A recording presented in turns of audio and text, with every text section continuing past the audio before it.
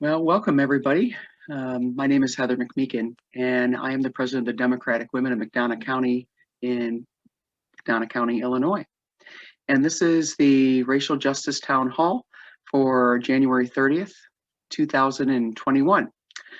I'm going to put a content warning on tonight's discussion because the topics that we discuss include topics broadly of racism, trauma, institutional betrayal, silencing, white supremacy, invalidation, and these are likely to be traumatic and re-traumatizing, especially for those who have experienced such trauma or have mental health issues or been witness to such. So we'd ask that we'll try to give you a warning before we play things and then give you an opportunity to silence it. If you do need any assistance, please reach out either to myself in the private chat or to Sam. We're here for you. So this last week, we've had a very interesting week for the Racial Justice Coalition because it was one of those weeks where we got a lot of phone calls, text messages, and complaints about the various things happening in the community. And one of those things happening in the community has been problems with our city officials who have enacted a public comment policy that is quite different than what it used to be. And they just voted that into the Equal Opportunity and Fair Housing Commission in the public comments. And now the Equal Opportunity and Fair Housing Commission is of concern to us, especially as a racial justice coalition, because it's the only sitting commission that is or was originally designed and codified into ordinance with the broad powers to investigate claims of discrimination broadly in housing, labor, education, healthcare, interpersonal. And originally when it was set up back in 2002, Dr. Essie Rutledge was the chair of that. And they enacted into an ordinance written by the civil rights attorney, Ron Jackson, who was then president of the NAACP in Peoria, to make sure that if people needed help with something, they had somewhere to go locally. And 1 second, I'm going to let another person in. But over the years, what we found was that there has been just this ongoing march to take the structure of that committee. And there was a period of time where it was actually being really effective. It was helping people resolve disputes locally, where a lot of them didn't even need to move on to a state or a federal agency. It was helping educate local community members who were doing wrong, and some of them didn't seem to realize it. And it was giving people help from their own community members seated on that board. And then it started to change. And underneath the guise of Mick Whistler, who disempowered a lot of its functioning, it went from being a committee where that met every month, that anyone could go up to City Hall and fill out a form and say, hey, I'm having this problem and I believe that I was discriminated against. I would like to speak to the Equal Opportunity and Fair Housing Commission on it. So then they would get on the agenda for the next month and they would go and say what happened. And then then it would be discussed by the members of that commission, by my understanding, and they would return, whether or not they felt that there was an investigation warranted. And if there was, then they would conduct an investigation. They would interview people. They would ask them to, answer for what the allegations were, try to help people come together and figure out, empower them to come to a solution between themselves. But because this is an appointed commission in our city, that is a public body then. So everything they do is subject to FOIA, with exceptions for private you know, for HIPAA compliance, for FERPA compliance, for people's privacy. But the actions of the commission, the way it meets, what it discusses, all of that is on the public record. So then we started seeing, we're putting up that timeline. We're working on that to put it up on our website with annotations to all the newspaper articles over time about how that commission's functioning has been attacked over and over again by our city leaders who repeatedly say, oh, no more need for that. People don't make those mistakes discriminating anymore. Nobody's bringing us complaints. And in the summer of 2019, our community members bringing us complaints, combined with several of the members in our organization who had concerns about the commission, sent VP and Verna, you're on here, so if you'd like to unmute and add anything, if I'm misremembering anything about this, let me know or correct my information, please. But Verna and I went to the quarterly meeting, and we went there with some very simple questions, such as, hey, how do you know what this is for? Because on the website, there's a paragraph about what it's for, but it doesn't tell you how to get a complaint form. It doesn't say who can access that form, how you get on the agenda, how it works, you know, what the process is. We asked very basic questions of a commission that had been in effect for over 20 years, almost 20 years by then. Yeah, something like that, 18 years. And they couldn't, not only could they not answer those things, they acted very bizarrely. As we sat there, all of a sudden, the city attorney, who's not the current city attorney, but this city attorney, then jumped up and kind of pulled everybody into a huddle, and then got the chair to say, instructed the chair, and he said, I've been instructed to tell you that we can't answer those questions. And this is months after they were supposed to have done a rewrite of the affirmative action policy. And so we asked, who's the affirmative action officer? And then the city attorney, the city administrator had a huddle with the city attorney and then spoke up and was like, well, as it turns out, I am, but I just found out about that. Okay. So I asked for a copy of the paperwork and the complaint form. And we wanted to see, you know, how would someone who had a problem, and let's use the case scenario of one of our, an actual one that we have had repeatedly. We have had several complaints, and by several, I mean less than a half dozen, but more than 3, that we have certain city or apartment managers who will let themselves into Black folks' apartments or Black women's apartments when they're showering or when they're sleeping, and then claim that it's urgent. And we even have had 2 of those women were served eviction notices when they tried to complain right then and there. The person in question pulled it out of his pocket, said, you're being evicted now and there's no appeal, and it said that on the document. So they reached out to us, and this is right when we were starting up the Racial Justice Coalition. And of course, you know, they had been referred to other groups in town, and those groups said, oh, well, that's sad, good luck. But for us, you know, as women who deal with the trauma of abusive men, abusive people against us, disproportionately impactful in our lives, we immediately were concerned because that sounds like a pattern of sexual abuse. And who do you report that to? And if you don't trust your city leadership, because a lot of those apartment managers actually are both friends with or in families of people working in city and county government or in police, or the police are the owners of some of these or are friends with, right? So we ended up at that meeting just kind of wondering, wow, what just happened?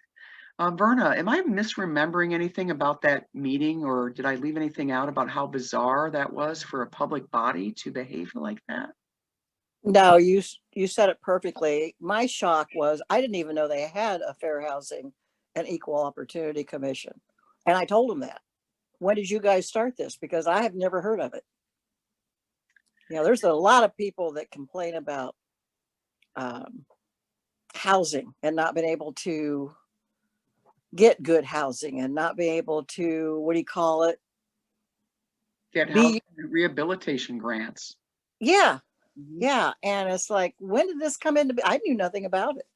That's what shocked me. But they all stonewalled us. They didn't want to tell us anything. So, I mean, it's all really, really weird. It was just really, really, what do you call it?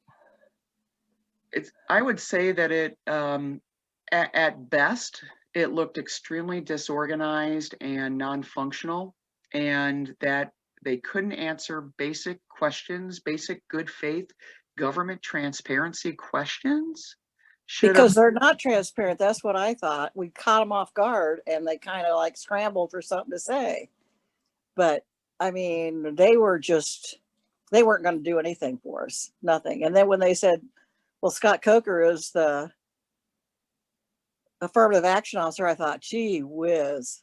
Right. All people, give me a break. Well, and someone with no training at all and didn't even know that that was part of his job until he didn't know. I mean, he had no clue, and I thought, oh boy, here we go. But now they've, now he's also the VP of the local NAACP, where we would presumably refer people to if they didn't feel like the Fair Housing Commission was helpful to them. And worse, they tried to tell us, well, there's no need for one because there's no complaints coming in. So we're going to pull out this pattern, right? We see this across our government. They hide the functioning of it. They make sure online that there's no complaint forms and there's just no information whatsoever about what it does, other than a generic paragraph that wouldn't signal to anyone having trouble that they could go there.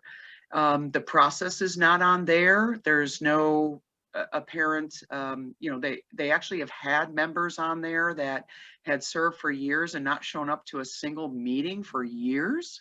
And and then we found out something else interesting, that the chair of that committee before the most recent appointed chair of Sterling Edwards had actually been none other than Patrick Stout, who is a reporter for our local newspaper, and he had been being paid to report while sitting on that committee as its chair for over a decade, and nobody thought that was strange.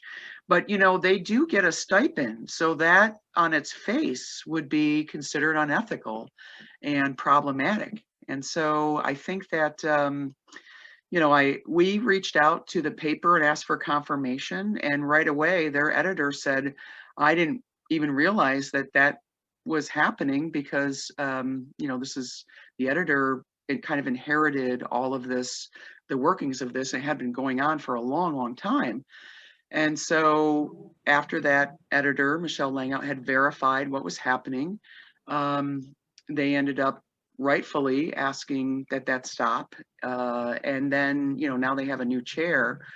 But this calls into question, just on its face, can we count on reporting on a committee for which the head of that committee is also being paid to report on it? Is that ethical, transparent government? Is that good journalism?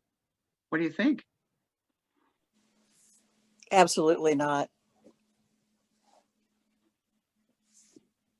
Yeah, I just am.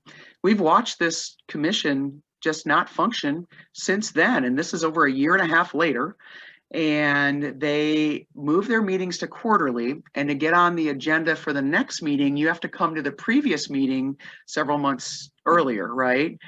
And if let's say that I'm a college student and I'm having a problem with my apartment manager walking in on me, do I have the luxury during a semester when I'm having that problem to wait around an extra few months, hoping it doesn't continue happening before finally getting to get on that commission to talk about it?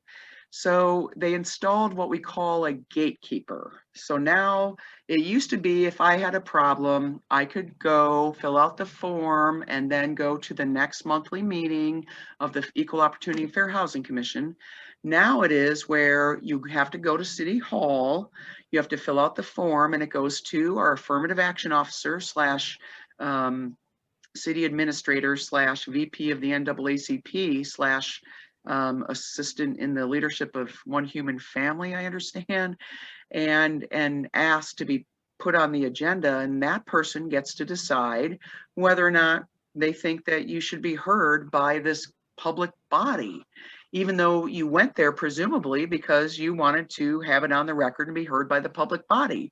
And if he alone decides that you're not to be heard by that public body, you're not going to get on the agenda. May So, I? yeah, go ahead.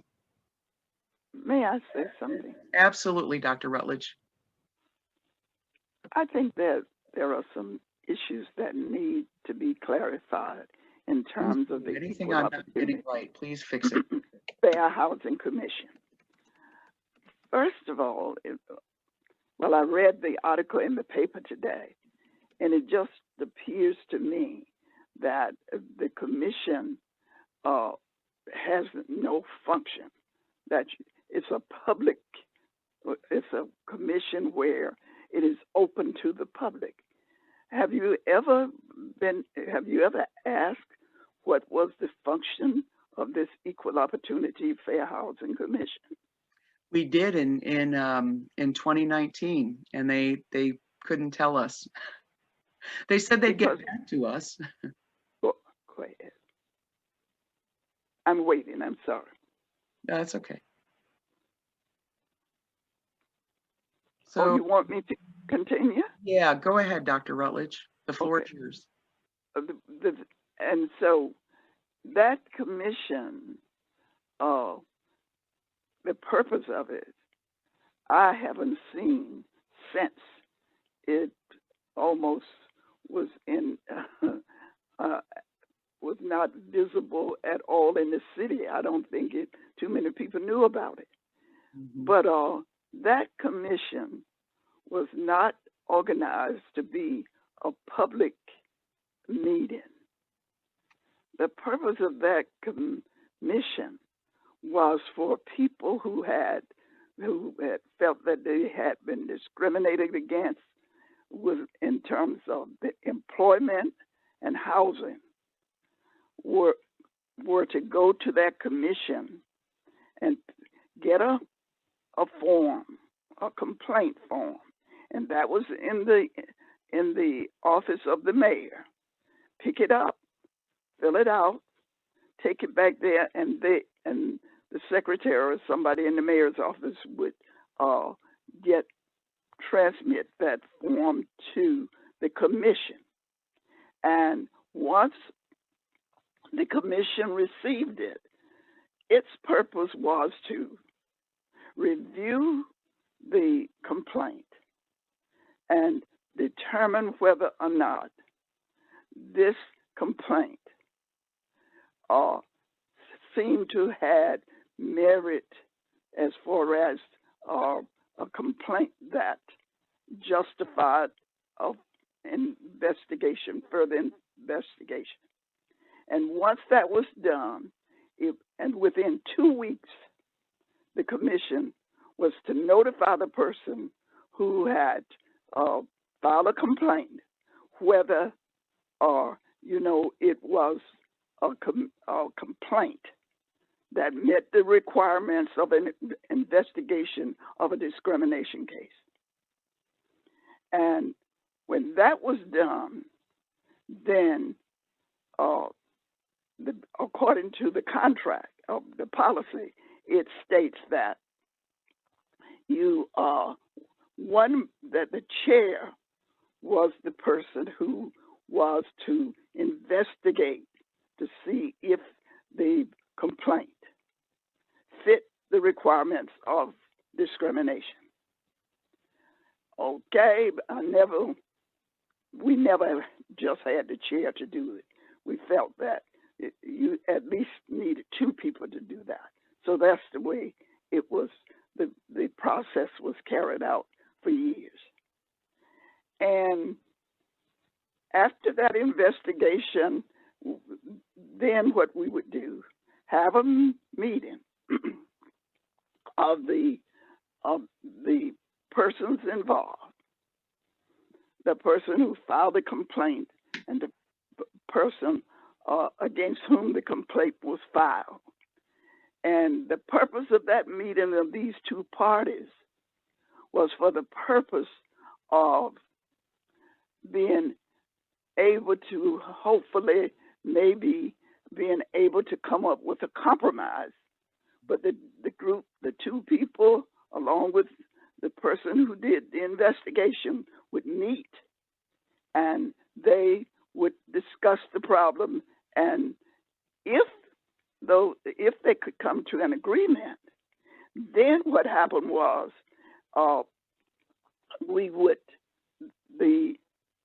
the case would be settled and they would be notified that it was settled.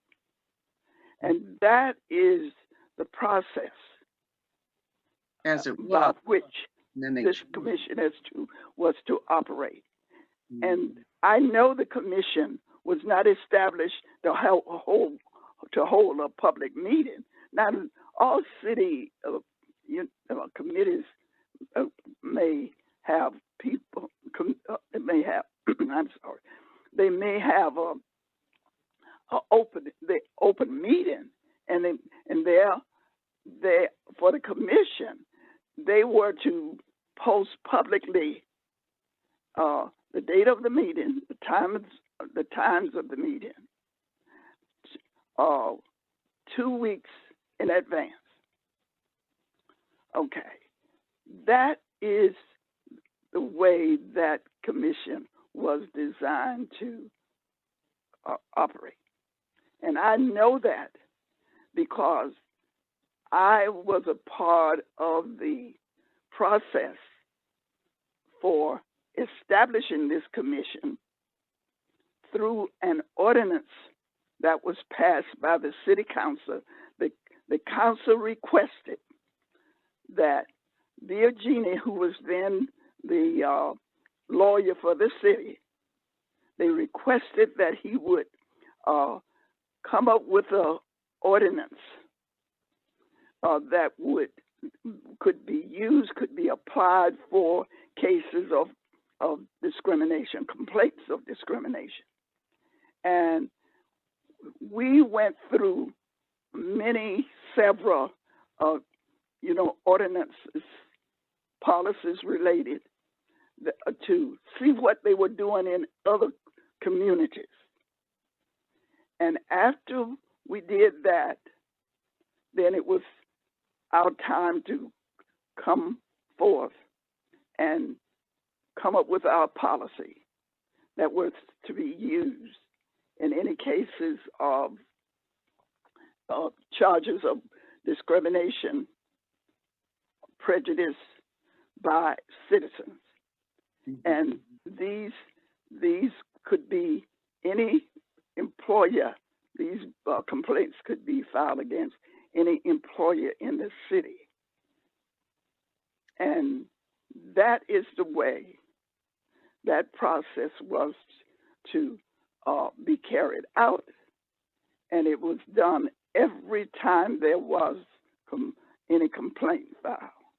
And it went smoothly from, I believe, 86 until 2006. And that is when everything just seemed to went awry. And it didn't function. It was time for the replacement of some commissioners. And Whistlet, who was the mayor at that time, had failed to reappoint or to appoint new commissioners, and there were about 3 of us. And it ended up that the politics got into it, And what happened was, we had a case of a, of, it was a case where this person was a friend, a new of Wesley, and it was his nursing home that was being charged for discrimination. Mm-hmm. And he did not want to accept that. And so he went to the mayor, and the mayor decided that he would have me investigated because I was charged of having a conflict of interest. Now, that conflict of interest came about. It wasn't one. I didn't work for the city and didn't work for the person who owned the nursing home. So for that reason, it was no conflict of interest. But what it was, but you did either. So what it was that the person who was administrator at this nursing home had me to come in and talk to her staff about racism, what it entails, what that was about. And she did that because having asked me to do it, and she thought that would be very good for the employees because they had some racial problems at the nursing home. So when I was to be investigated, when I was investigated, it was because I had done this workshop. But let me back up and let you know that I didn't want to do it, but I thought if these people are interested in learning some things that might make for a better work atmosphere, I would do it without charging them. I told them I would do it under two conditions. First of all, it was not to be done by me as the chair of the commission. Secondly, I would not charge them anything because that was a part of what I do in terms of my profession. And I was going to do it without charging anything, never charged anything.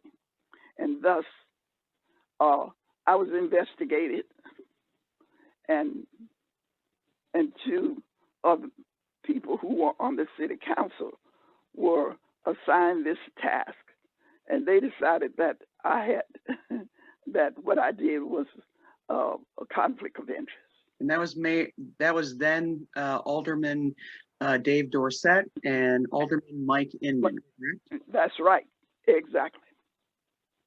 Who had no problem appointing their friend Pat Stout to be the chair of that commission once you were gone, and had no problem with his conflict of interest reporting on it all those years. Interesting, isn't it? And have no, they have no problem with the conflict of interest now that the city administrator is, in a position that where he might have to make a decision, being the affirmative action officer, that he sees no problem. But this is what they did. And when I read about this meeting, that there was a meeting with the commission, and about the public comments, that is not a part of that commission. That commission was designed to investigate charges brought against employees and landlords who might have discriminated against people in the city. And that was it. We never had a public meeting. We had meetings and we had meetings once a month. And when we had those meetings, they were open. And if you're going to have a meeting whereby you are investigating matters, you want to oversee them, it certainly would be of any benefit to the people who are filing a complaint to have to come to a meeting that is conducted in public. Yes, one of the parts of this commission is if the members cannot reach an agreement, the two parties cannot reach an agreement once the case has been investigated, then we have a public meeting.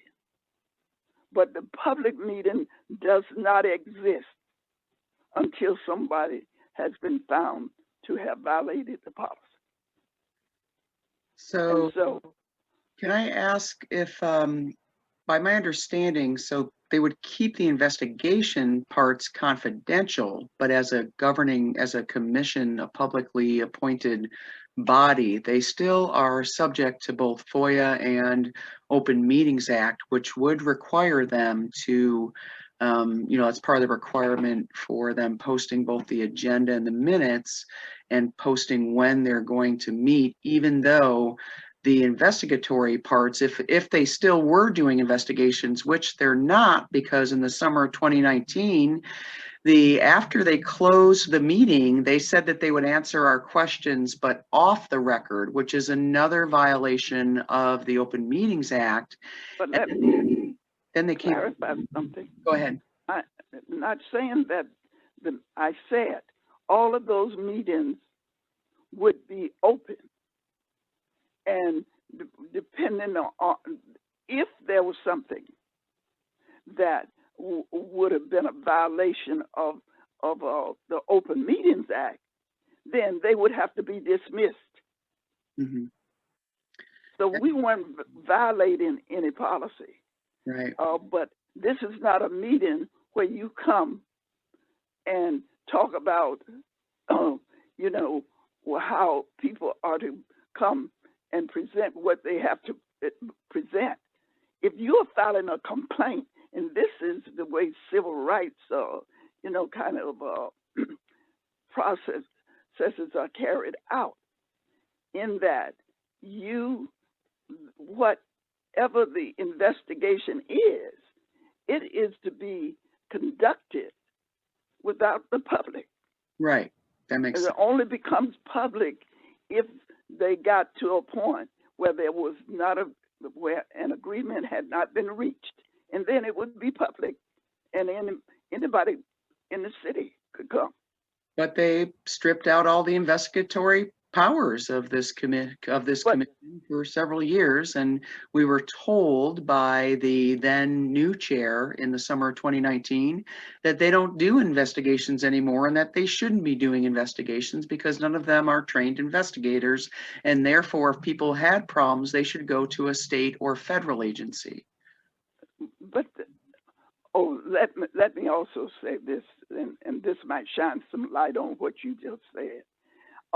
That document, upon my request and supported by the commissioners, that the city would hire an attorney who was a civil rights attorney and who would be very versed and knowledgeable of how these processes are to go out.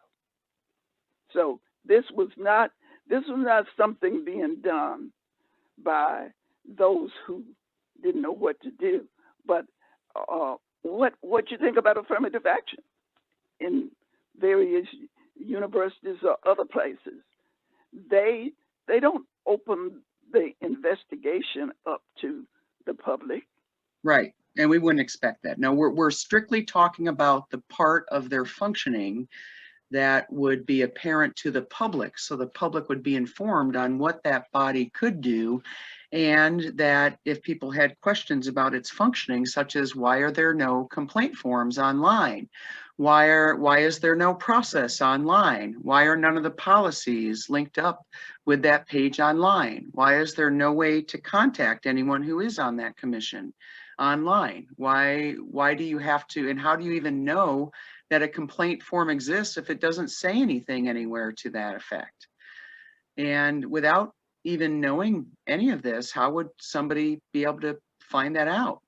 Well, let me say this. I don't know that some of that wasn't done, because when that ordinance was put into place and when we got that document, developed that document, we worked for about a year of making certain that it was going to be carried out the way commissions of this, that deal with discrimination or deal with any kind of biases. We wanted to make sure they were going to be according to law. And so that's why this lawyer was paid to review it. And we did not have any cases until that happened. And this wasn't a secret about this commission, because it started because of the fact there were people who had expressed concern about discrimination on the jobs and and as well as in housing. And so when that commission was formed for the purpose of, that ordinance was formed for the purpose of having this process in place, it was announced, it was public. And we never had, anybody to ever say they didn't know where to go if they had charges. But you see, that's been some time ago.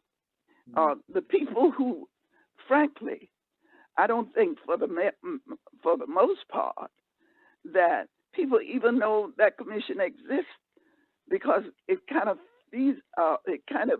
disintegrated when it was in 2007. And I would say it's by design that you can't get any information about it, because as we proved, when you go and ask, even the people serving on that don't know. They can't answer those questions. And so that brings up why, so why are we bringing that up tonight? Well, because this week they met again and they voted in the restrictive public comments policy that previously had allowed Verna and I to speak in the beginning and ask questions. And, as it turns out, they don't have to answer questions and they can't respond back to you during public comment. But they certainly should follow through when they promise to get back to you, and they certainly should follow through when they promise to update their website, and they still haven't even done that. And then, so when they brought up this public comments policy this week, they enacted the same policy that the Macomb City Council did. So Sam, do you have that pulled up so that you can read off what now they are saying are the new rules that they voted in, despite the fact that the only Black member of that committee spoke strongly against them adopting this policy? Go ahead, Sam. Yep. So the policy adopted by the commission restricts those who would like to speak under the public comment section of the meeting to only speak about items that are on the agenda for the given meeting. Other changes include a requirement for speakers to give their full names, requiring the comments to be given in a respectful manner, with no abusive, profane language, unruly conduct, or personal attack commentary, and a time limit of 30 minutes total for the public comment portion of the meeting. Another major change was that any emailed public comments will no longer be read aloud at the meeting, but will be placed with the meeting's minutes. Thanks, Sam. So how did they come up with this public comment policy? We're going to screen share the public comments that were made back in October by members of our Racial Justice Coalition and a few others that evening. And it was actually a night that we were extremely proud of our team because everybody showed up and they expressed themselves with broad concerns about racism and racial justice. And yet, other than our Alderwoman Tammy Lee Brown Edwards, we didn't receive any response at all from anyone else other than the response from the city then was to create this new public comment policy so that we can never go back and do this again. So let me do this screen share here of what we're talking about. And where is my, sorry, there we go. Okay, so I'm gonna play this. So this is from, let me get that, share it, okay. Here we go. So this is the public comments from the 12th of October, 2020. All right. It's about 10 minutes long. Macomb City Council, the silence of the white majority of this council is complicit. It's time you set your white fragility aside. Stop centering your white feelings and acknowledge the harassment and intimidation of Black residents and protesters in Macomb. You're not being lambasted or berated, you're being educated by members of the public since you have remained unwilling to discuss the escalating racism in the community. I want each of you on this council to ask yourselves these questions. What are you afraid of losing by publicly advocating for racial justice? How can you shift from a place of fear and anxiety to a place of reception of critical feedback that helps us with improving Macomb and Macomb a better community for us all? How can you better at interrupting yourselves when you say, do, or think something racist? Instead of burying it deep down, how can you bring it to light, examine it, and figure out where that came from and why? This way, you can shore up the lies and false narratives you have carried with us in our bodies, passed down from our ancestors, and heal that part of us that keeps us in dehumanizing, disconnected reality. White supremacy negatively impacts all of us by the way we keep our facades and our decorum. We aren't our authentic selves, and we worry more about keeping up with white codes of conduct than actually connecting with one another. Healing and deep connection are on the other side of interrupting white supremacy. The more you practice, the better you will get at sitting in the discomfort of it. And you might even get to a place of feeling less discomfort when interrupting white silence because you clearly see that the silence is what is truly uncomfortable and unbearable. Do better, Samuel G. Richardson.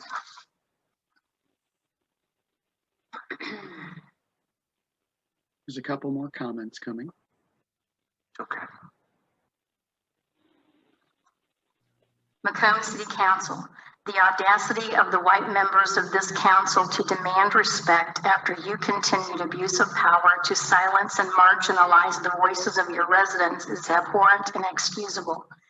Assuming your white feelings and white fragility will get in the way of you taking the time to truly interrupt yourselves when you say, do, or think something racist, I will provide you with some examples of your reprehensible behavior. 4 months now, you have refused to put a discussion on the agenda about the hate incidents in this community and what you intend on doing to address these issues. You have refused to investigate, let alone acknowledge any harm done. We demand an investigation into the police department, specifically Chief Barker, whom this council has repeatedly, time and time again, refused to hold accountable for his continuous failures to protect the Black community, as well as other marginalized members of this community as well. I shall also remind you that there is a petition currently still circulating that calls for the removal of Chief Barker and for the investigation of the Macomb Police Department.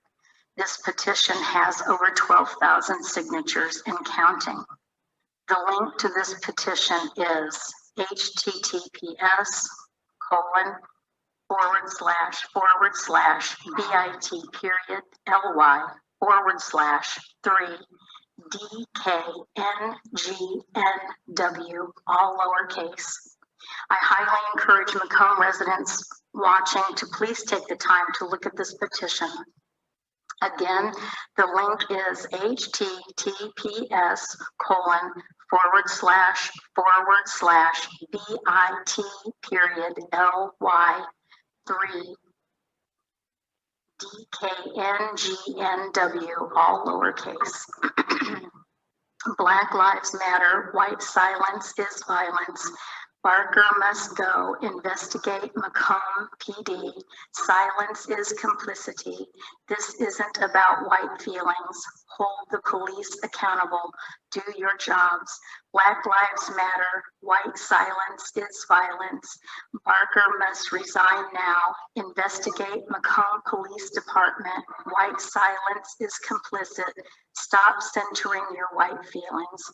With respect only to Alderman Tammy Lee Brown Edwards, Leif Ryder.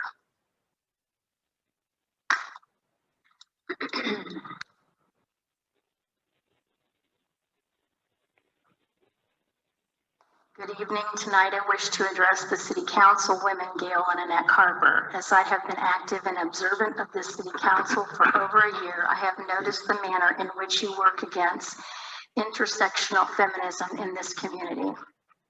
I'm confused as to why that is. Don't you claim to be feminists? Being a feminist is fighting for equality of all people. Feminism allows people to think not how it is, but how it should be. An intersectional feminist believes in no exclusions based on gender, race, socioeconomic status, ability, or sexual orientation. Think of it as a prism for seeing the way in which various forms of inequality often operate together and exacerbate each other. Now let's talk about the disproportionate injustices to those in this community who are without the class, privilege, or correct gender or race. Shouldn't it be your job to stand up for these rights? Where is your morality? As white women with class and educational privilege,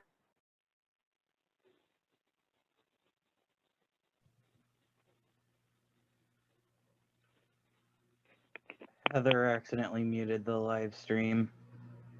The stream. I think she had to take Joey out.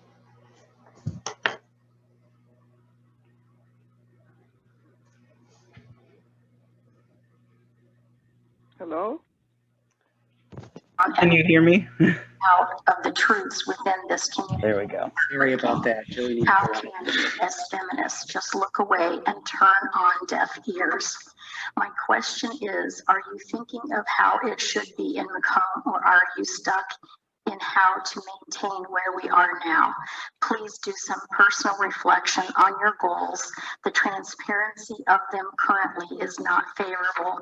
Thank you, Becky Danner.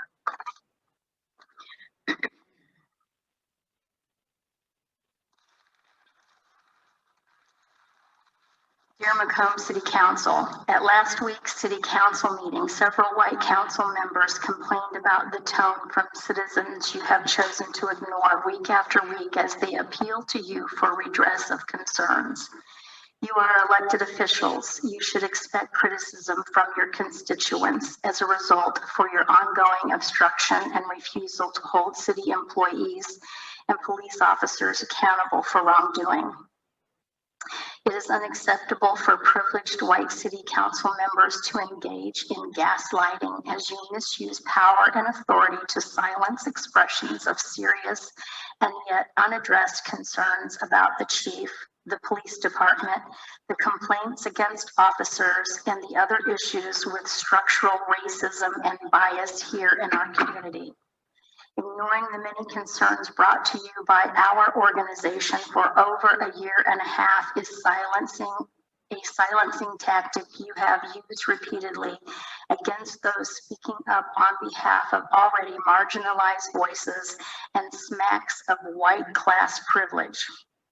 Refusing to address the many concerns brought to you on behalf of our citizens is a betrayal of your duties as elected officials to serve all of your citizens, not just those who are willing to appease your desire for photo ops, public positivity, cheerleading of the status quo, and patronage.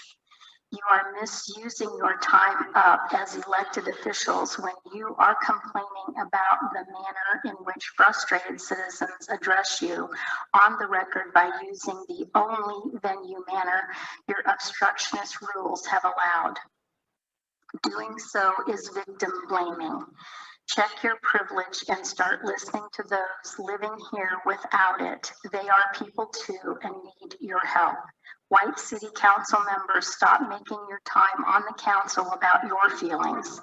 Work on the issues. Stop wasting our time and deal with the problem of systematic interpersonal acts of racism, intolerance, and bigotry in this community. Hold your mayor accountable for not doing his job overseeing the chief and police department. We need our city leaders to act on these issues. Hold a town hall discussion about racism in this community before things get worse. Investigate the police department, make the policies transparent, create an independent citizens review board to deal with the complaints. It's time to set aside your personal feelings and get to work. Verna Parkins. That's it. Thank you. Does anyone else wish to speak to the council under the public comment section of tonight's agenda? Ms. McMeekin.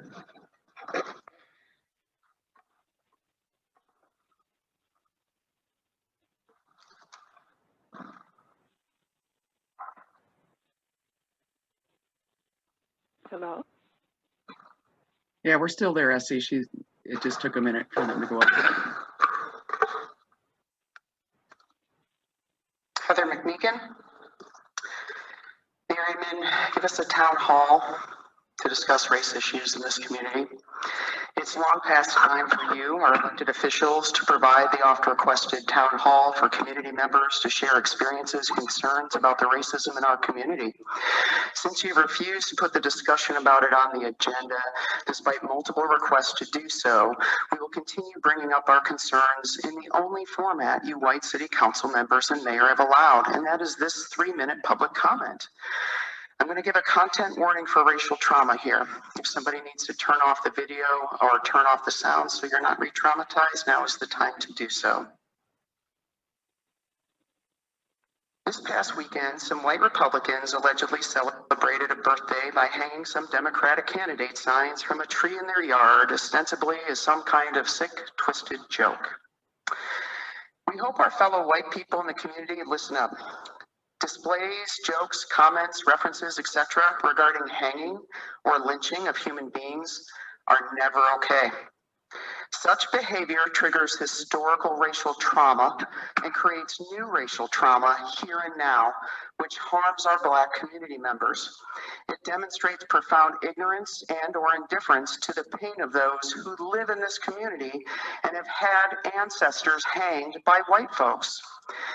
This event and the many racist, hateful comments continuing to be posted online via social media by community members and yelled at Black Lives Matter protesters demonstrates that the structural racism in our community is not confined to any particular agency, institution, process, policy. It's our local culture. It is pervasive. It lives in the hearts of our white community members, including all of us, and is expressed on a tragic, hurtful spectrum of racial trauma, ranging from indifference and silencing to deliberate acts of hatred and even violence.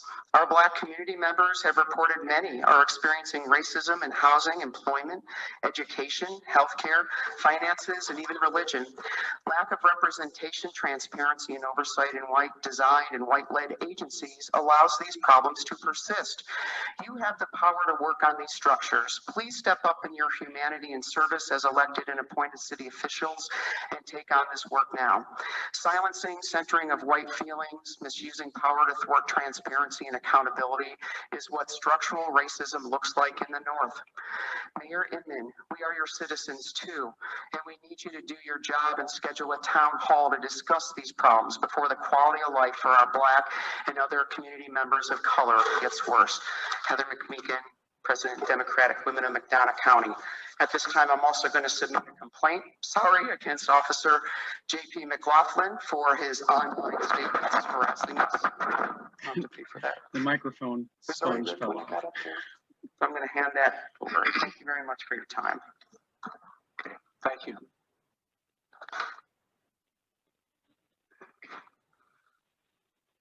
Does anyone else wish to speak to the council in the public comment section of tonight's agenda? Mayor, I think. Okay. Miss?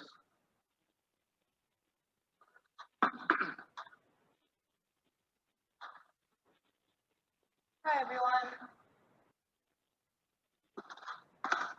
So today is Indigenous Peoples Day, so I wanted to start my public comment by holding a moment of silence for our Indigenous ancestors who have lost their lives to colonial violence. So I'd invite you all to join me in that. Thank you.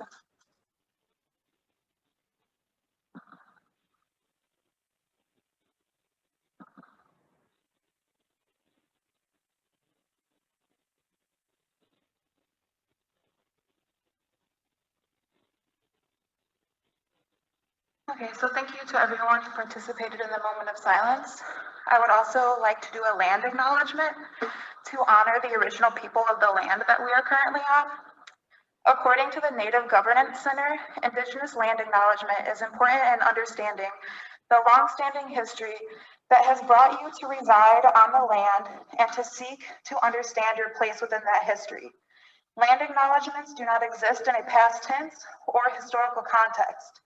Colonialism is a current ongoing process, and we need to build our mindfulness of our present participation. When we talk about land, land is part of who we are. It's a mixture of our blood, our past, our current, and our future. We carry our ancestors in us, and they're around us, as you all do. So in closing for my comment, I would like to ask the City Council to stop bringing honor to a man who led mass genocide against Indigenous people by observing today as Columbus Day. And I would instead ask the council to begin observing Indigenous Peoples Day and make a commitment to support the Indigenous community. Thank you. Thank you. Anyone else? Sir. This is a person whose yard those signs were hung in. Macomb, Illinois. Thank you, Mayor, and members of the council.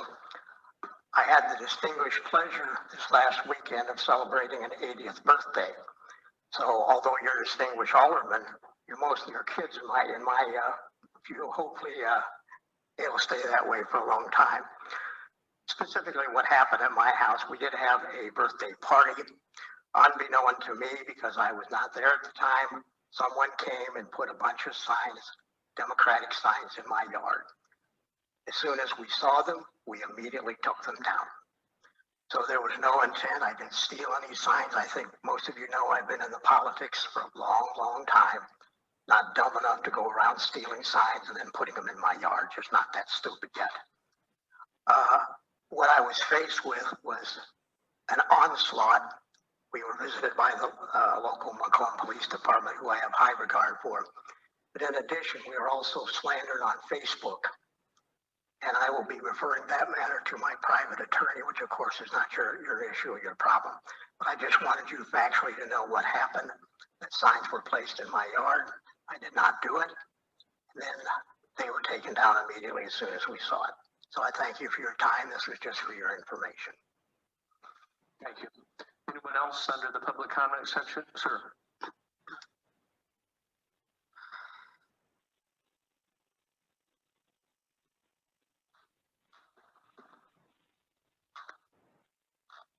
Marshall. So just not yesterday, but earlier this week I was driving around and I saw somebody try to use the public library. They just came up, pulled on the door.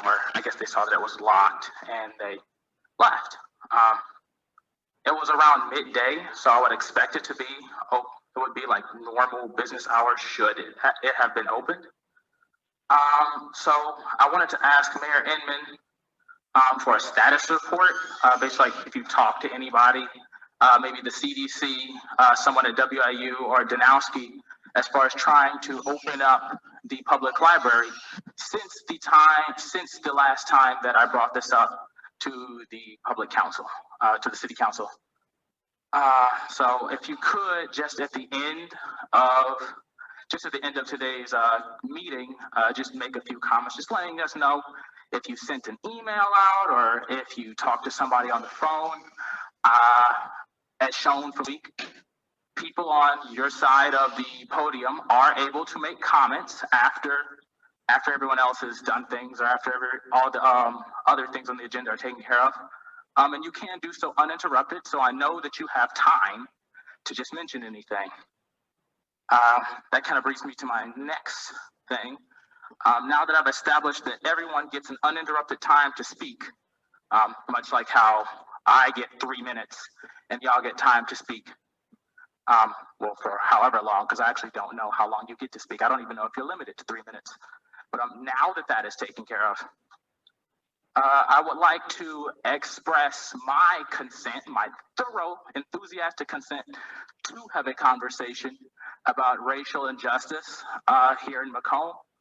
I feel like if you all consent and then any other citizens consent, then there is nothing that will stop us from having an open dialogue on the record at city council meetings. I know that it will do much better, especially for y'all in building faith with the citizens, because we don't, like, nobody trusts people in power to tell the truth when they're not on the record. People can lie and things like that. And so if you want to grow that trust, it helps to put yourself in a position where you can be held accountable. Because if you are just and righteous, there won't be any problems. We'll have it on record. Everyone will tell the truth. Everyone will have a good conversation, and we can actually get somewhere. So, yes, I consent to that. I'm willing to have that conversation. I know that some other people are willing to have the conversation. At this point, I mean, the ball's in your court, and we can all kind of figure something else out. Thank you. Thank you. Anyone else have any comments under the public comment section of tonight's agenda?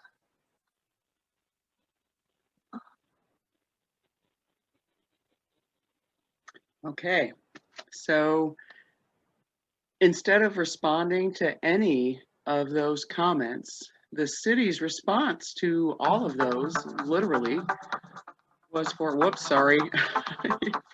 Thought I had It doesn't matter that 20 doctors have told you it's all in your head. Anyway, their response was to lock down public comments so that people can't make public comments anymore unless you're talking about something that they have put on the agenda, and they get to decide what gets put on the agenda. And in my case, my city alderperson said that under no circumstances would he ever put anything I brought to him under the agenda on the agenda for open, transparent discussion on the public record. And in the news, the mayor has repeatedly said, oh, we already did town halls all that summer of 2019. So those were not on the public record, if you remember. They banned all the journalists from being in there. They made people pre-register. They did end up accommodating some who arrived just on there, but they wanted to know who they were. They allowed the police to attend those, many in uniform. And at the ones that I was at, they allowed the police to sit in uniform on the outside of the circle, but then said all of us on the inside of the circle were in a safe space. But not an intimidating, that was an intimidating space. So I'd just like to open it up right now for anyone who has questions or would like to make comments about what you heard. But Dr. Rutledge, you're unmuted, so would you like to go first? No, I would like to go after a couple of other people, maybe say something. If not, I will say something else. Okay. There's several people here who made public comments that night. Would any of you like to share if you received any support from your city alderperson at all after that, or any good response? I got put on One Human Family's email list. Oh, did you ask to be put on the list? Nope. I did too. I don't know how. I think it's because I attended those workshops with her last summer, or a year ago. But completely unsolicited. Yeah. Well, I was on her list a couple years ago, but I don't know. I never I've never talked responded. to them.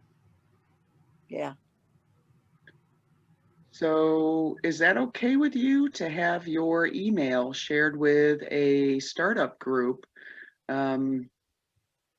Because the city administrator or whoever at City Hall decided to forward that to a non-governmental organization without your knowledge or consent? No, especially since they didn't even tell me that was like the reason for giving them my email. Like, that's not their place to forward that to them unless they asked me if I would like, them to forward it to another nonprofit. And we confirmed after getting several complaints, similar complaints, that nowhere on the city's website does it say if you submit a public comment that your public comment is going to be sent to the police chief, but we know that they are, they're going to be, that your email could be shared with other groups at will without your consent, and that you may be added to a list of other groups that maybe you don't even, if you already didn't make a contact yourself, presumably you may not even realize what that group is. Yeah, this is Marshall, one of the people who spoke a lot at the public comments. And I was just going to say, yeah, they don't seem to care too much about the privacy of people who speak out in public comments.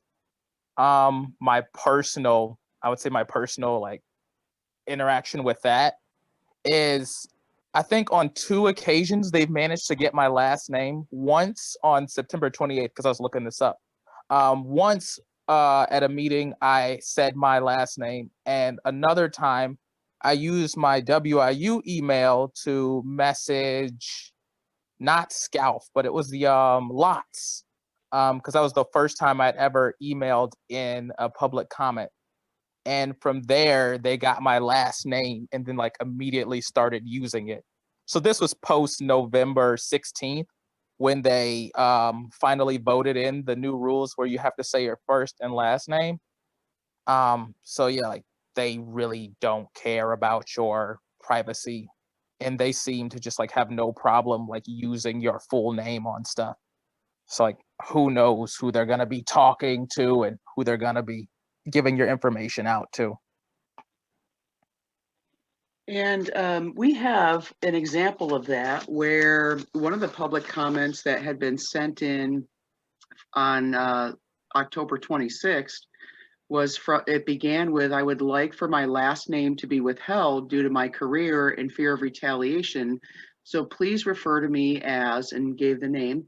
And this was sent to public comments at cityofmacomb.com, and nowhere on that page that says that you can send them in does it say that, by the way, we're going to send this right to the police chief, who's going to send this right to the police officer that you're complaining about in your public comment. But that is exactly what happened to this person, who then was very frightened and contacted us and, is worried about retaliation. And this is, and whether it's intentional or not, it does feel like the impact of that is felt very differently from someone like me who, in this community, everybody knows who I am. I have a lot of privilege. I have a good job. And I have a lot of people looking out for my safety and such. And also I'm white and I'm class privileged and I have educational privilege. But if you don't have those things, any of those things, or you're just worried about being retaliated on, or you maybe have family members who are at risk, that has a way of stifling people's willingness to participate in our democracy. And remember that we are supposed to, public officials and public comments are part of our vibrant democracy for a reason, because officials can only act on problems they are made aware of. But if you have concerns that you aren't going to be treated fairly behind the scenes, one of the ways you can try to leverage some measure of protection is by going public and putting it on the public record, so that if you are retaliated against, at least then you have some other people who are aware of your attempts at trying to find some justice, or perhaps make the community leadership aware of a problem. And these aren't just something that creates, discomfort for our elected officials. We're not making any public comments because we just dislike people. We would make the same public comments to anyone sitting in those seats if they were behaving the same way, of not, for months, years now, not responding to the same concerns being brought up time and time again. And yet we see how people are treated when they give a public comment. They aren't even responded to, much less given any measure of I would say, compassion or even acknowledgement that you spoke. And that is the silence following these comments. I will tell you that that is a wound that seems to cut far deeper than assuming the person just doesn't care, because it signals that the institution itself, the public body, really doesn't even see you as a human being with concerns. And then now that they've leveraged this whole idea that you have to speak properly, they get to decide what that means. There's to be no vulgarity, and what is vulgar to one person is subjective as opposed to what's vulgar to another. That you can't do any what they call, I think they meant ad hominem attacks, but personal attacks. Well, a lot of us white people think that just a simple criticism is a personal attack. But here's the other thing: it doesn't define what the consequences are for those who try to make a public comment. But we do know a little bit about what the consequences might be, because at the very least, they're going to cut you off. And Marshall, if you'd like to relate what happened to you when you tested what would happen when you tried to speak after that public comment policy passed. Yeah. Let me think when it was. I'm trying. I think it was in December, because I missed the first public comment after they enacted the rule was on the 16th. So it was either like the last meeting in November or like the first one in December or something like that. But in any case, I tried to make a public comment, and they asked me to say my last name for the record. And then I expressed to them again that I'm not going to do that. That's unsafe. To which then Mayor Inman said, "Marshall Anthony, if you could please just say your last name for the record." And then I just kind of reiterated myself, I'm not going to do that. And so then he wouldn't let me speak. And I mean, that's pretty much how it went. Mm-hmm. So yeah, that's how they're going to treat you. I still don't understand why they even have that comment, especially. Still don't know why they have that rule, or like what their fake reasoning is, considering the fact that like he already knew my last name. So like I don't know what that is, but that's what happened when I tested it. Thanks, Marshall. I'm so sorry that happened to you. And I will just tell you, as a precinct committee person, I find that appalling, anti-democratic, and greatly concerning, because what makes that a racist public comment policy is the disparate impact on communities of color. Because in our community, which is predominantly overwhelmingly white, all of our structures of government and public policy have been written by and for primarily white, male, class privileged individuals who often have a lot of friends or family who have intergenerational influence in this community. And, from their perspective, can we say, and whether it was designed to do that or not, doesn't matter because they can't claim they didn't know that was one of the impacts, because we know that Alderwoman Tammy Lee Brown Edwards brought it up repeatedly and spoke about it both behind the scenes and also on the public record and on her own Facebook page. And then when she had sent we sent our concerns to a couple other groups. And in one of those groups, one of the leaders of that group in the Macomb Feminist Network is none other than Gail Carper, one of the architects of this public event comment policy, who then claimed that nobody would be disenfranchised. It would never, they'd never be asking anyone for their full name. And then Marshall got up there and everything that Gail Carper had said wouldn't happen happened to him in front of us. So we decided at that point, our leadership team of the Racial Justice Coalition realized that they're willing to dox our most vulnerable people to try to let them feel intimidated at the very least, knowingly, because they were told that is what would happen. They passed that anyway.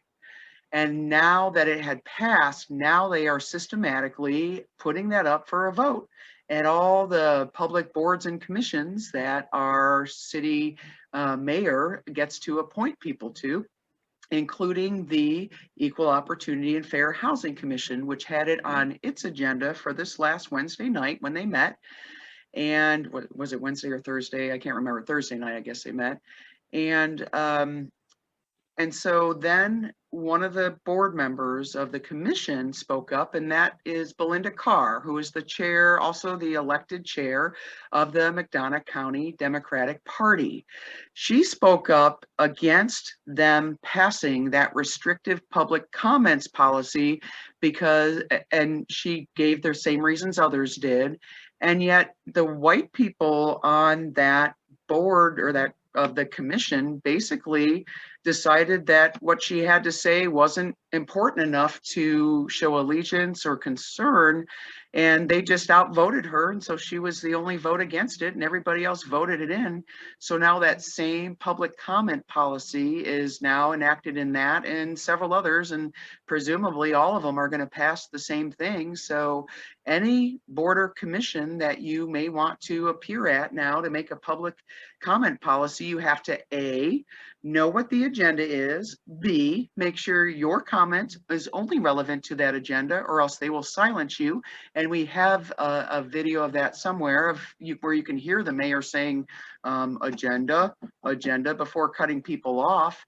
And they're going to require you to say your whole name. So if you are a domestic abuse survivor, if you are a survivor of stalking, if you have if you have other issues that you just don't feel safe, you live by yourself, but yet you're really concerned about civil rights or human rights and you want to speak up on something, all of that serves to add a lot of emotional noise or emotional weight to have to wade through to be able to finally get up to the mic, where they're going to hold you to 3 minutes, they're going to time you, they're going to be ready to cut you off the second you veer from anything that they think is respectful or might veer into what they call an attack, a personal attack, which is interesting, isn't it? So we have another video to show you because we have an example of the type of comment that the city leaders are permitted to make back at you, for which you have no right to make any comment back to them or ask questions or anything. And it is at the end of the meetings when they do their reports. And yet I will tell you that the vast majority of our city council people never have a report. Some haven't had a report in years. A lot of them have never even canvassed their precinct, or their ward. So I'm going to screen share here so that you can see this next public comment here. Let's get that up. Get that over to you as soon as that. A second here. And let me go to the right. Not letting me switch over. Sorry. Let me pull this down just a second, this menu, so I can see. There we go. Okay, hopefully that'll come up to the right. And this is Annette Carper, who was made to step down by HUD. I feel like my community has changed so much. It's just, and I guess the pandemic is getting to me like it's getting to so many others. I serve here as a public servant. I ran for office. I have a family. I have a big job, and I come to this meeting. Heather, Every meeting that I come to. I want to make a comment about something else, but go on and finish this because mine is different from this. Okay, let me keep on playing this out then. I'm only human like everybody else, and it's very difficult. To be honest, Alderman Gail Carper, Alderman Tammy Lee Brown Edwards, and myself are the only ones who have spoken out about the racial things that are happening in our community, and I wish others on this council and in the city would do the same, speak out to support us. It's very hard to be here. As evidenced, Alderman Gail Carper presented a list of how many good actions the city council has done. You notated 87 times that the mayor has been to meetings, but then tonight, again, we get admonished because we didn't do it right. And that's just, I'm beyond frustrated with that. And I'm asking these people that come to us, please be kind to us and remember that we are people just like you are and we're working. I know that Black Lives Matter. I also know that white silence is not violence. And I'm tired of hearing that.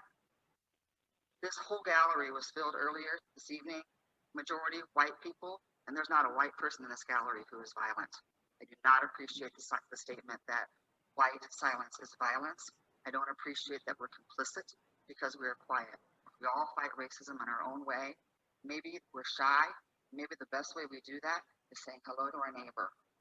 And I'll end with that. I just want to also say that in relation to building local community, our Rialto Cinema is, they're having a really, really hard time, of course. So they have some deals right now going on for some VIP. Can go pick some up, even if you don't go to the movie. Maybe they could be a Christmas gift. And finally, thank you to the city employees. I wish we could give you 300 instead of 30 because you deserve it. Actually, I have to speak up very highly for the Public Works Department. Those guys and gals are fantastic. They do so much work for our city. And soon we're going to see them out at 2 o'clock in the morning laying salt for us so we get to work early, on time the next day. And that's all. Thank you. Okay, go ahead, Dr. Rutledge. I have an issue. How to get super fast Wi-Fi. I have an issue to ask the group about. Pause, it just does that. I don't know why. I'll figure that out. Sorry. You ready? Yeah, I'm ready. My apologies. I have an issue I want to raise and see what your thoughts are about it. I am concerned, very concerned about what is going on nationwide now. And all of these are issues that are nationwide issues. But this is a little different. And this has to do with what happened in D.C. on the 6th. I haven't heard any discussion or any mentioning of that situation from people in Macomb and people all over the country, are responding to what happened.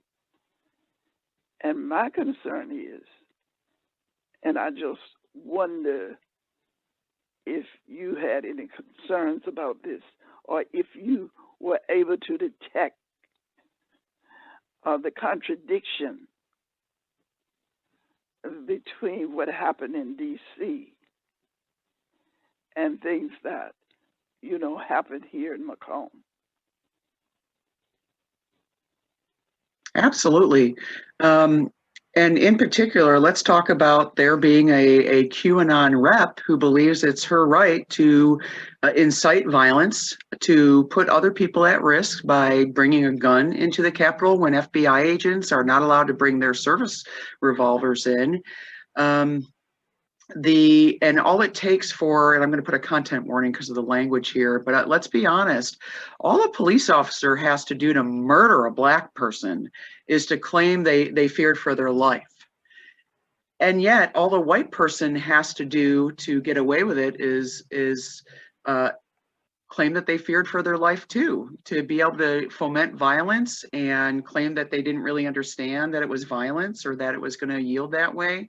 And even worse, you know, Trump may be gone, but this is where we stand as an organization. We absolutely already have all of this sort of toxic stew of Christian nationalism, white supremacy, fascism, ignorance about what is propaganda versus what is legitimate news sources versus what is STEM-informed public information, and yet we never see white folks being held accountable for egregious violence such as what happened in the Capitol, and we do get a lot of silence from, you know, both. I mean, I will say our party has been speaking out about it, and if you look at our U.S. reps and senators for the Democratic Party and a few of the Republicans as well have been speaking out about it, but then a vast amount of silence from the right. And the silence of everybody in our city and county government to what happened. Like, why aren't they condemning? What happened there shouldn't be seen as partisan.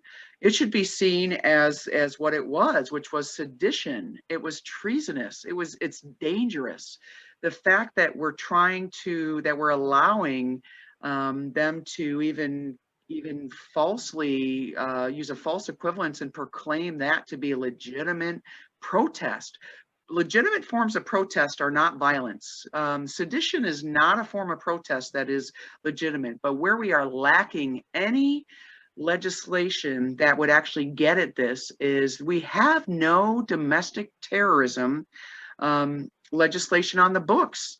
And we can see that play out. For instance, you know, they tried to pass open carry laws here in Illinois, and thankfully those of us who have been paying attention for the years, and thank you for everybody who pitched in with that effort, you know, we stopped them from being able to do that here. But up in Michigan, they're allowed to just carry guns everywhere and show up at their state house and proclaim that is protest. You know, what we do is protest, to be clear. We hold cardboard. We teach our people never be the first to lay your hands on anyone, always use de-escalation techniques, do not escalate, don't yell back, because we know as white leaders in our org that the blowback isn't likely to come on us. It's going to be directed at marginalized people, probably not at our protests, but privately. And it'll make everything unsafer, but it's the silence, the overwhelming silence of what is happening, and this woman's raw hatred.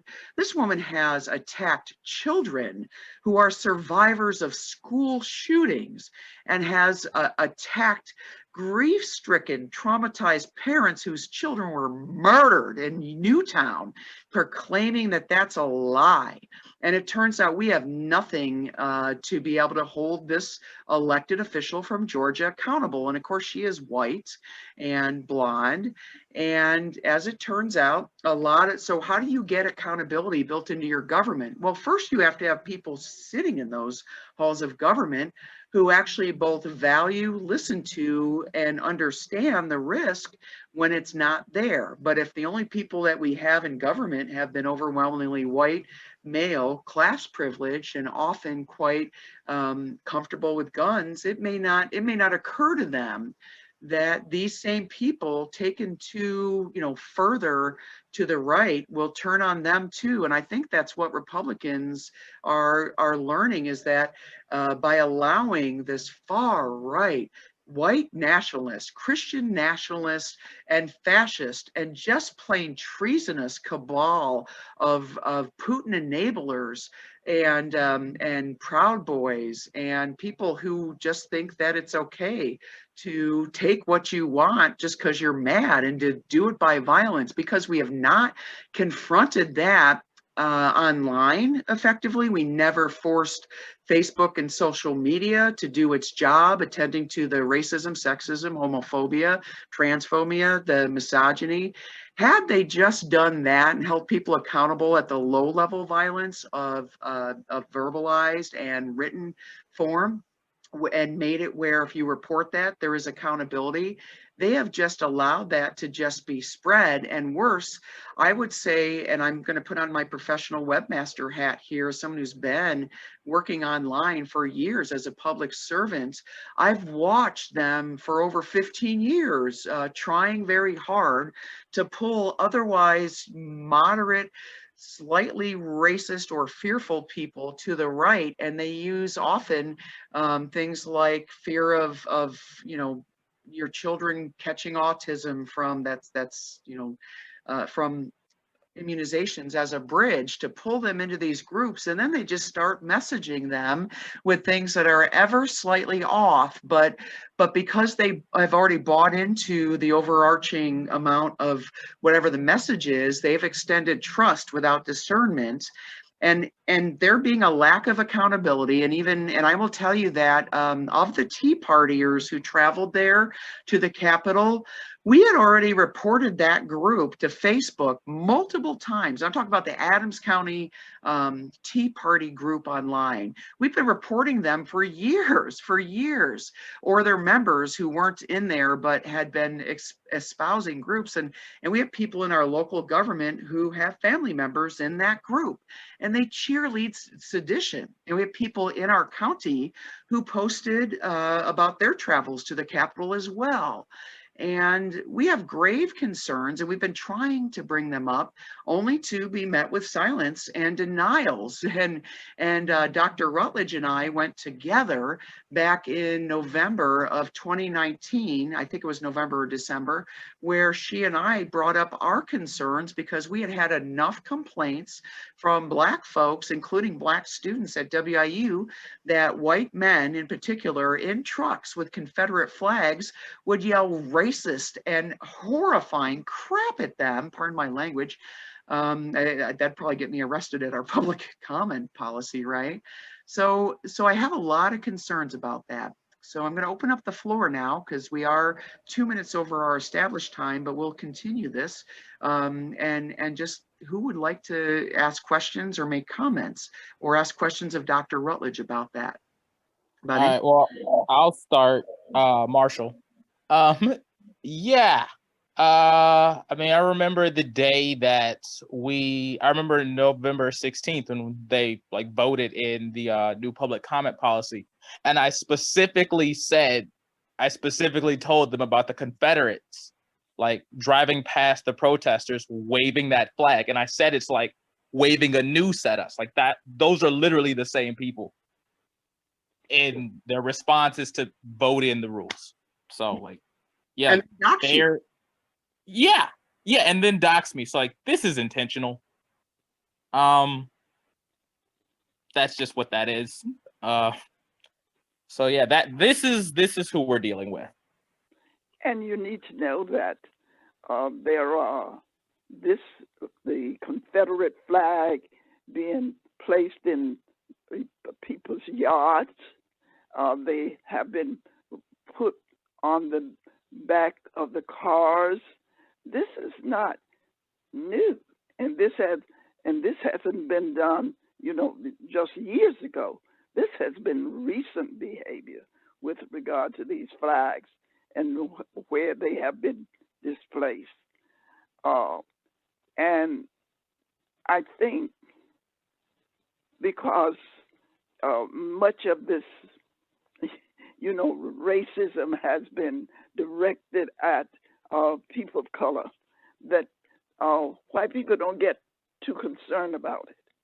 Mm-hmm. And so things come up, such as in DC, and such as when you were even having problems with the trucks, seemingly attempting to try to hit people.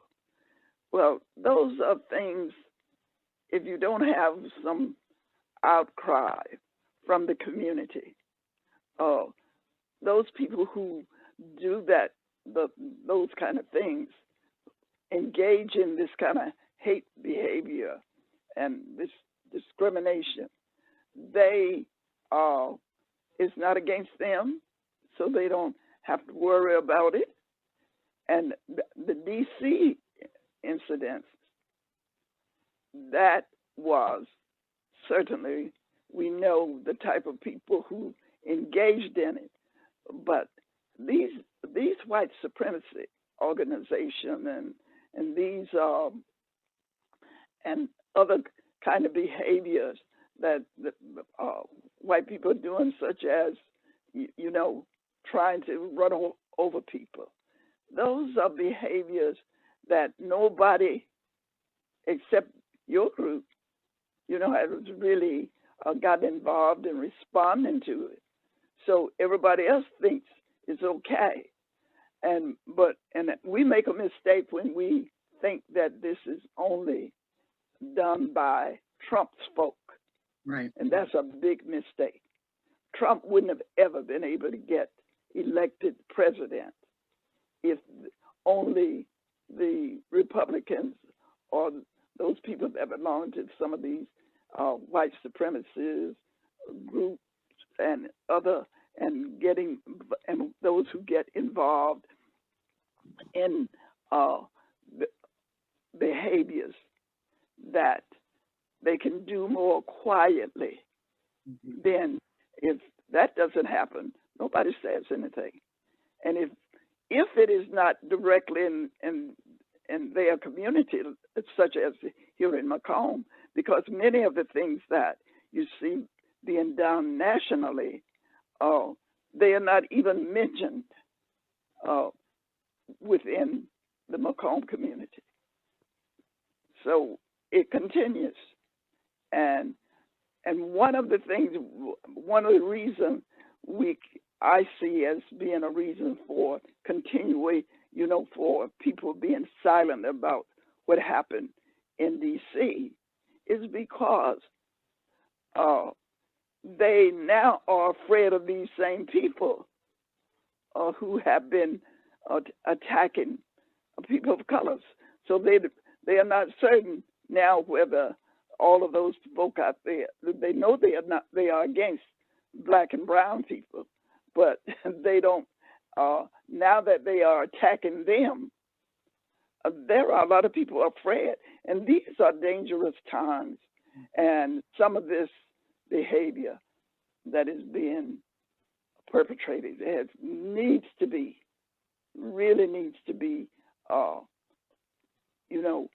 raised as issues that could affect us within this community. And you can go out, all the things that were done by black people, all the murders, because that's what they were, all those murders that took place by police. Everything that was said, and very little was said about those incidents, but it was like, we really understand, we have sympathy.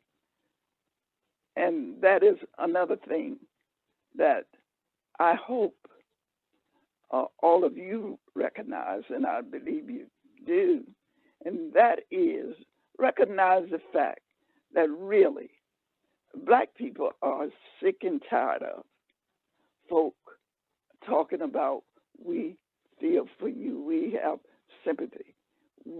And the same old tune is played over and over again. And so people that feel they can, make you feel that they are compassionate, empathetic, when really they are not doing anything. If they are at the place and time where issues that are blatantly racist and they want to be thought of as being, allies or people who are supportive of those who are being oppressed, they will act as if they believe it too. Mm-hmm. And it's very difficult for people of color to really have a lot of faith in what people say. They are looking for some actions, and we haven't seen a whole lot of that. And this has been for years. I came here, as I've said before, in '76, and I have seen very little few changes, and I mean positive changes, to take place in this community. So what Black people to a great extent have to do is learn how to cope with this kind of behavior and be prepared to respond to it. And we have to speak out too, because if nobody says anything, the status quo will become the norm, and that is not good. Thank you so much, Dr. Rutledge. And I completely co-sign to what both Marshall and Dr. Rutledge have said. And I will add that as someone who tries to do better, I have been guilty of making all those mistakes of expressing feelings toward Black folks who have been mistreated, but not doing anything to actually try to hold my fellow white people and myself accountable when we've done wrong. And that is not helpful. And the Brennan Center for Justice and the Southern Poverty Law Center have a lot of resources. So does the Black Lives Matter, which they've just been nominated for the Nobel Peace Prize. And they have a lot of resources, but the most important message for us white folks is our silence means consent to what is happening. And it is because we're the ones with privilege. If we just look the other way when it's people like us who hold all the power and have the microphones and have the ability to decide who gets to be heard and under what conditions, if we accept this, it will get worse. It will get worse, and it will threaten all of us. All of our children will be at risk. This is self-defense. Go ahead, Essie. Yeah, and go ahead, Essie. Sorry. No, I wasn't going to say anything. I was just going to say we've kind of already seen that of, with Annette Carper, of telling us to be mindful of the children when we're the ones out there holding cardboard signs saying Black Lives Matter, and we're having people yelling at us all kinds of profane things, calling us race traitors because we're white people out there that actually care about the Black community and Black folks.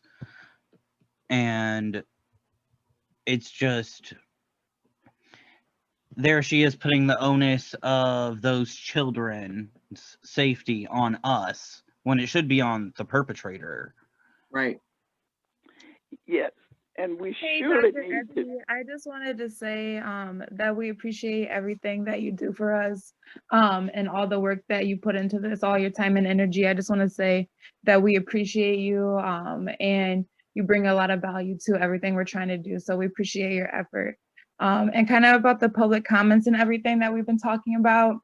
Honestly, I can say it's kind of disheartening that you see this movement of the people of the city and everything are trying to speak out and make these comments about social justice and racial justice and bring it to the forefront. And instead of the city council being receptive of that, you see more of these silencing tactics. So really that can be disheartening because it kind of sends this message that systemically, institutionally, they don't really care about what you have to say. So I don't know, at the same time, it can kind of be sobering in a way to know it's all right, well, if this is what it is and they really don't care, then we just got to take it into our own hands. So, Yeah. At that point, it's we have to keep working, even if we don't have that support, even if they're not behind us, we still have to keep making these changes because everything we experienced this summer with the protests and all the racism, people screaming horrible things at us white power, throwing beer cans and stuff at us, and just all this racism that we experience when we're trying to stand up for Black Lives Matter, you know, there's problems here. There's real racism here, and it's violent and it's scary. So even if you don't have that support, it's like we still have to come together as a community to try and make it safer.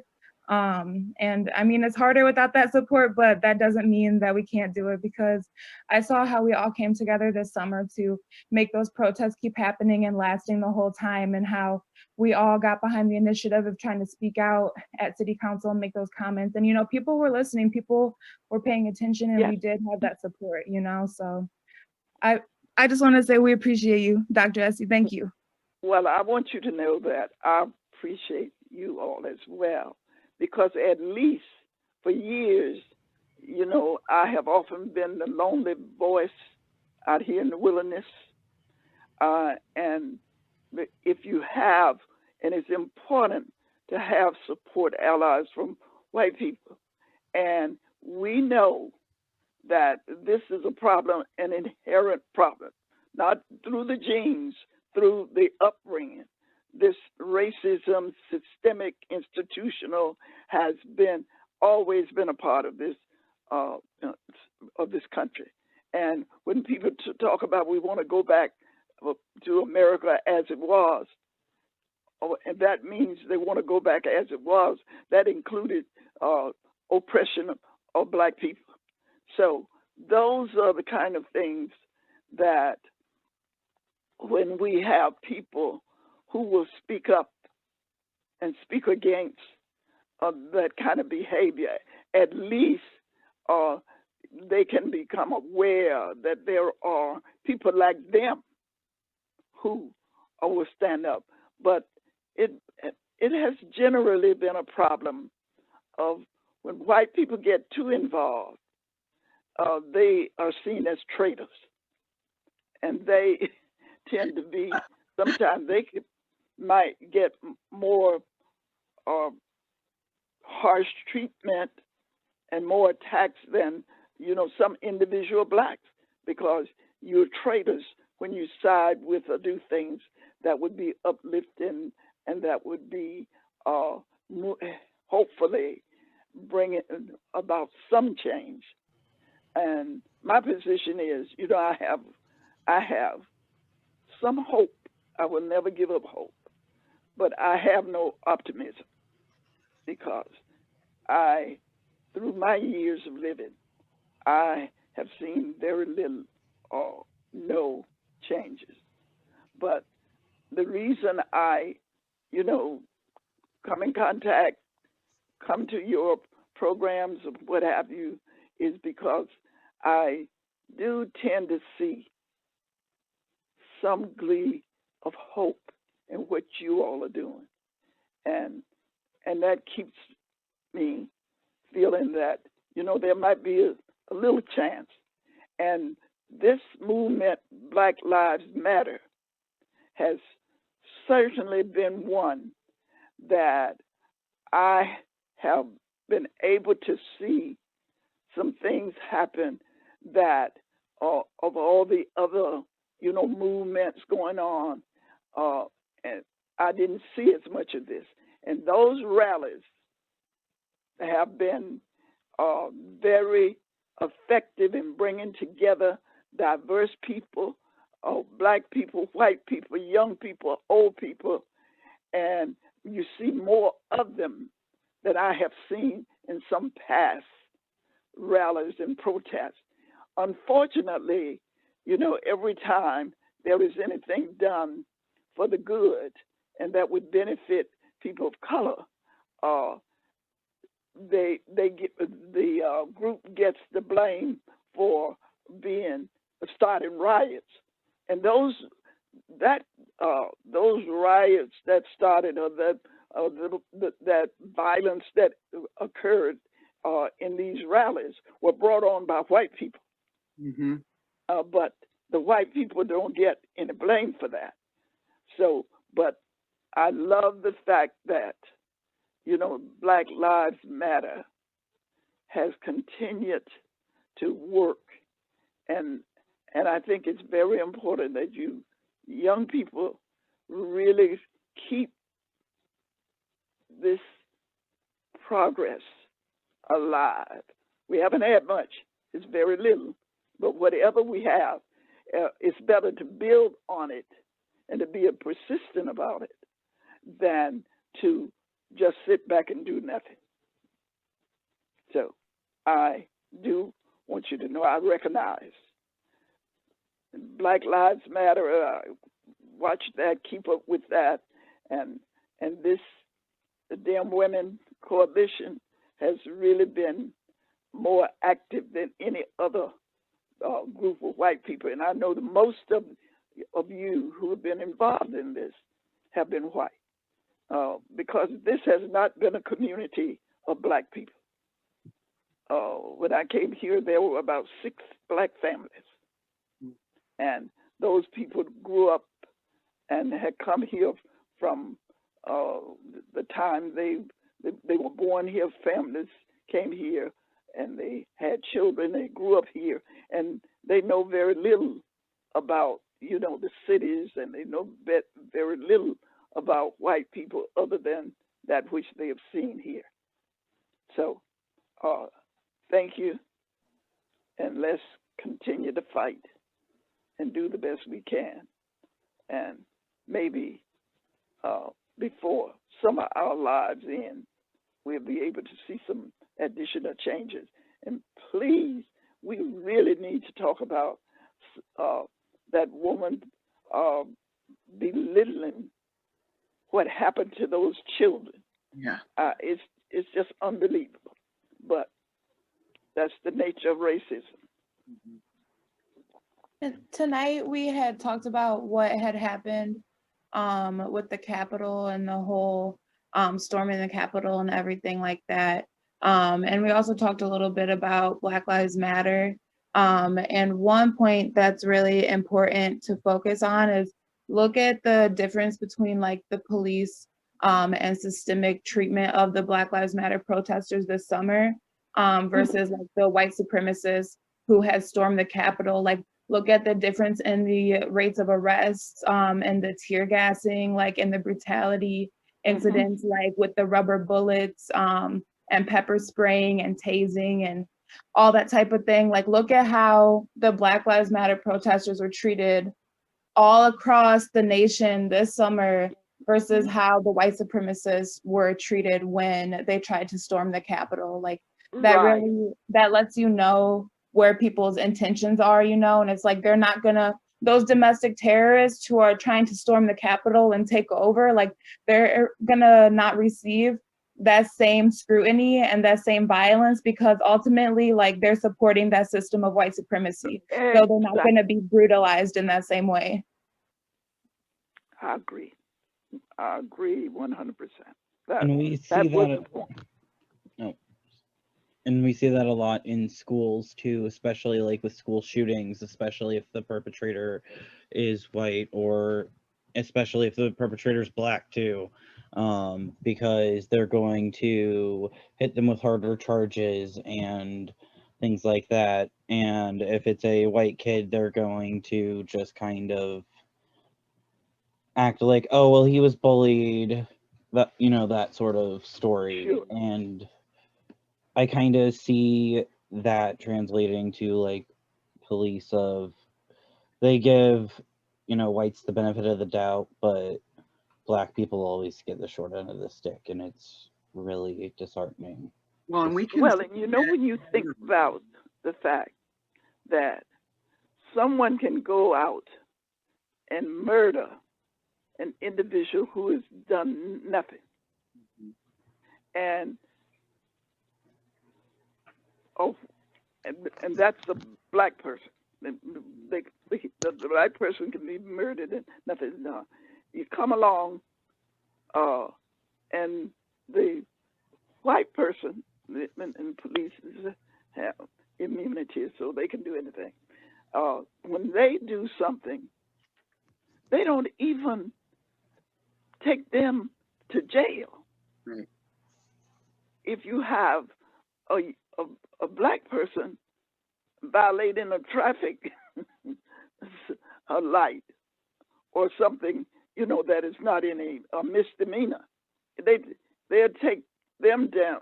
They'll take them to jail, and they have to get bail before they released them. So you have, you know, that kind of difference, which is so blatant. How can you make that kind of distinction between different people who have not done anything, but because they represent, you know, they are really privileged, and so they can do all those things without any negative outcomes. And the police who have killed Black individuals, they have just walked around and stayed, well, out of jail for you, sometimes over years, until they finally had a trial. And when they had it, you know, they were found guilty. So there is so much, but at all levels, structural. yes, And we just hope there if we because- work together, you have two people work together, that's better than two or three.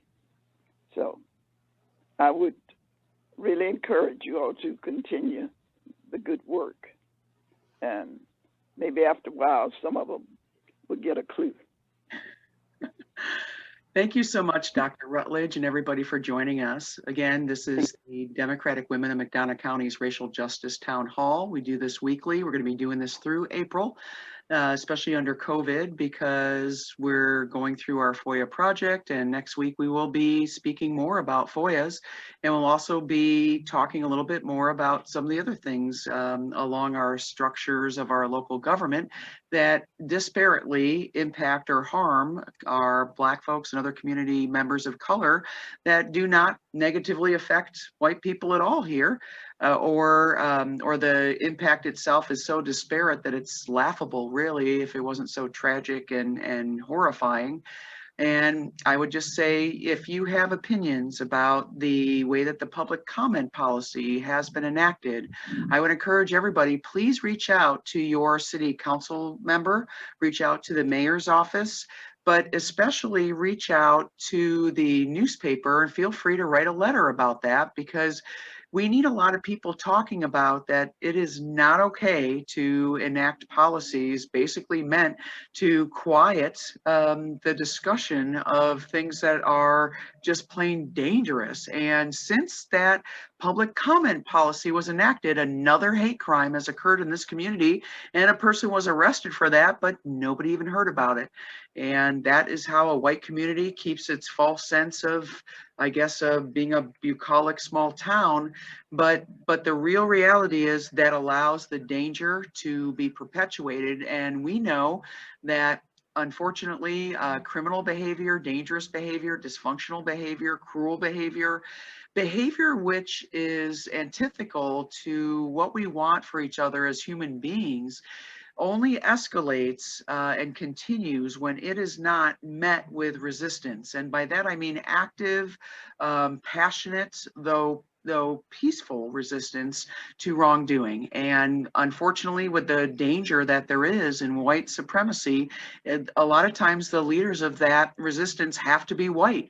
And we've taken on that charge in our community because we know this is our beloved community at risk. And if we do not attend to this and start pushing it back and start educating people, it threatens us all. You know, our town, our community, our county, our region will not survive being a violent white supremacist, fascist, Christian nationalist community. And the only way that we turn that back is by talking about things about it, or talking like this. So thank you all for joining us, and hopefully we'll see you next week. Look for this online. And you want to give any parting comments, Dr. Rutledge?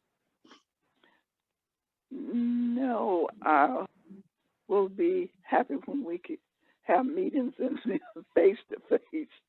But I might tend to get on Zoom, where I might be able to be seen if this virus lasts too much longer.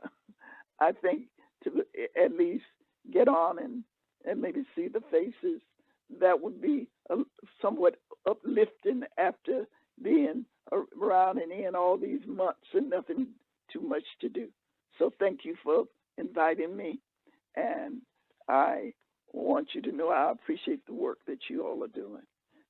I've been doing this for a long time, so I know how this racism works. And one of the things I want to do, I think I might write a letter to the editor. I want to challenge the changes that have been made with regard to the commission without any news about it in reference to the council. The council has not published or not indicated through any of its meetings that there have been changes made with reference to the way the commission functions, because now we got a situation with them mentioning that meeting of the commission.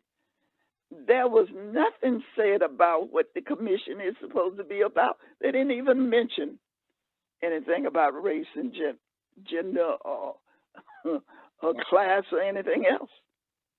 They focus on how long you're to speak and the fact that they want you to act like little children. Well, thank you so much, everybody. We are at the end of our time, so we're about to be cut off from our recording here. So, all right. Good night, and good night. Thank you. Next week, everyone. Be safe, everybody. Have a good night. Good Good night.